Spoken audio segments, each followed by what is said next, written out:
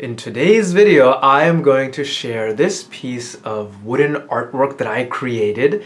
It's called the Spirit Vulva with legs, and I will show you the backside too. And I'll share more details as the video goes on.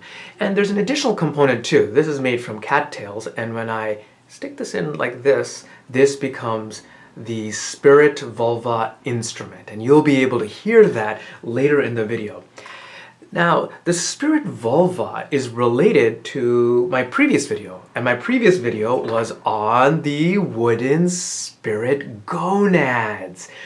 And if you're interested in how I made this, I have a very detailed step-by-step video, and at the end I'll put a playlist where you can go find this. Now, the reason why I call these the Spirit Gonads and I call this the Spirit Vulva is because they all come from trees in my yard, and these are just dead branches that fall, and then I try to create something, and these trees I'm spiritually connected to, so they become spiritual entities. The Spirit Vulva was made from this tree over here, and this is called the Catalpa. You can see it's a gorgeous tree, and here is a branch that has fallen that we'll explore.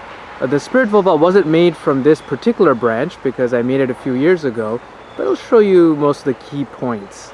And what's really interesting about the Catalpa, right next to this spider over here, is that it often has very interesting organic looking holes in it. And so as these branches fall, if I find a hole that I really like, I save it, and then I just make art out of it. Okay, so now I'm going to share this piece. So the most prominent and obvious feature over here is this beautiful vulva shape with very, interesting and prominent holes inside of it. And he has a hole right over here as well, which is where I insert the instrument piece made from cattails.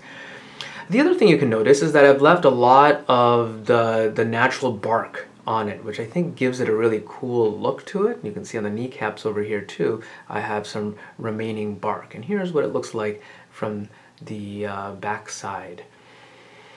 The other thing that you can notice is, just from some of these things over here, is that I haven't actually sanded this, and I haven't put any sort of oil or finish on it. And I kind of like having the raw wood, so you're touching very intimately the wood itself with no barrier. And I kind of like that, and that's a lot of my woodworking these days. I've been doing that where I don't finish it or sand it. The other most obvious thing to notice is that one leg is a lot thicker than the other one. This is just because that's how I got the piece of wood, but I really like it because it gives it a feeling of motion, where, for example, maybe this person, she's running and she plants her leg, causing the muscles to contract while the other leg is moving. And so it has that feeling of movement. It's actually stable. If I put it on a surface, it stands. Oh, you can kind of see it right here. But you can see it's unstable as well. And so that also gives it the feeling of movement. Having created the Spirit Vulva, I just really wanted an instrument that I could play. And my background is clarinet. And so I decided to create like a woodwind instrument. Now, in my past, in elementary school, I used to make like these reeds, these oboe reeds from plastic straws, but those were so inorganic. And so I went into the Arlington Great Meadows to harvest these cattails, and the cattails are beautiful plants, and they're hollow from the inside. And in my first approach, what I tried to do was create reeds, actual oboe reeds made from the cattail. And there are all sorts of instructional videos out there how to make oboe reeds, not from cattails, from whatever reed they actually come from. And it's so amazing how they do it. They sand it, they bend it, they cut it, many steps. And I tried to follow it, and I failed miserably because it requires real finesse and ability. So then I decided to create something like a pan flute. And to do that, I stripped away the skin. I used a coping saw to cut it. I used a toothpick that I had made from another piece of the cattail to just hollow it out a little bit better. And then I used sandpaper to smooth out, each of the ends.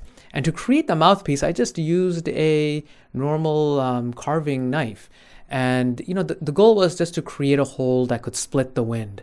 And, I had a 1 hour long video conference call. So in that hour, and I didn't have to talk. So in that hour, I was just experimenting with this, smoothing it in different ways.